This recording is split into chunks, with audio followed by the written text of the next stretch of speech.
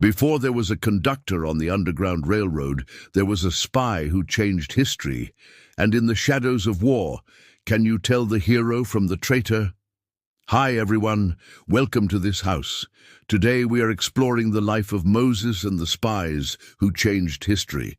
Make sure to hit that subscribe button so you never miss an exciting episode. Harriet Tubman was more than a conductor on the Underground Railroad. She was a spy who relayed information from the Union Army to the people who lived in the South during the Civil War. Born into slavery, Tubman escaped to freedom in 1849.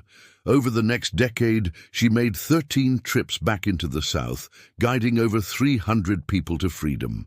It was during one of these trips that she met Colonel James Montgomery, who would later become her husband. When the Civil War began, Tubman wanted to join the Union Army, but she was turned down because she was a woman. However, General David Hunter saw the potential in Tubman and recruited her to be a spy. While most people thought that the Underground Railroad had come to an end with the start of the Civil War, Tubman proved them wrong.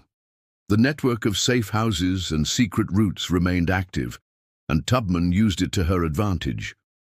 She traveled throughout the South, gathering intelligence on the Confederacy and relaying it back to the Union Army. One of Tubman's most famous missions was Operation Hailstone. In 1863, she led a group of black soldiers into Charleston, South Carolina, where they destroyed over 3,000 bales of cotton, which was the Confederacy's main source of revenue. This mission was a huge success, but it also put a target on Tubman's back. The Confederates wanted her captured, dead or alive. Throughout the war, Tubman continued to gather intelligence on the Confederacy. She also helped to liberate hundreds of slaves.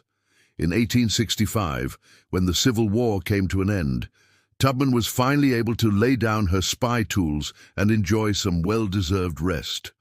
During the Civil War, it was not uncommon for African Americans to be treated as property rather than human beings. This was especially true in the South, where slavery was still legal.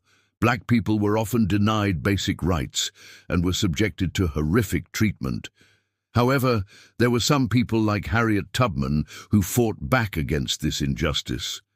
Tubman was one of the first black women to be involved in the spy game. She was a scout, a spy, and a courier for the Union Army. Her work was dangerous and often went unrecognized, but she was willing to take the risks because she knew that the information she gathered could help to win the war and end slavery. So what can we learn from people like Tubman? How can we honor their legacy? One way is to make sure that we never forget what they did. Their stories need to be told, and their contributions need to be recognized. Another way we can honor their legacy is by continuing to fight for justice and equality. Tubman and others risked their lives to end slavery and fight for the rights of black people.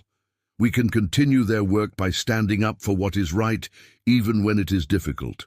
Finally, we can also honor the legacy of those who fought for our freedom by making sure to vote. Tubman and others believed that voting was one of the most important ways that we can make our voices heard and ensure that our rights are protected.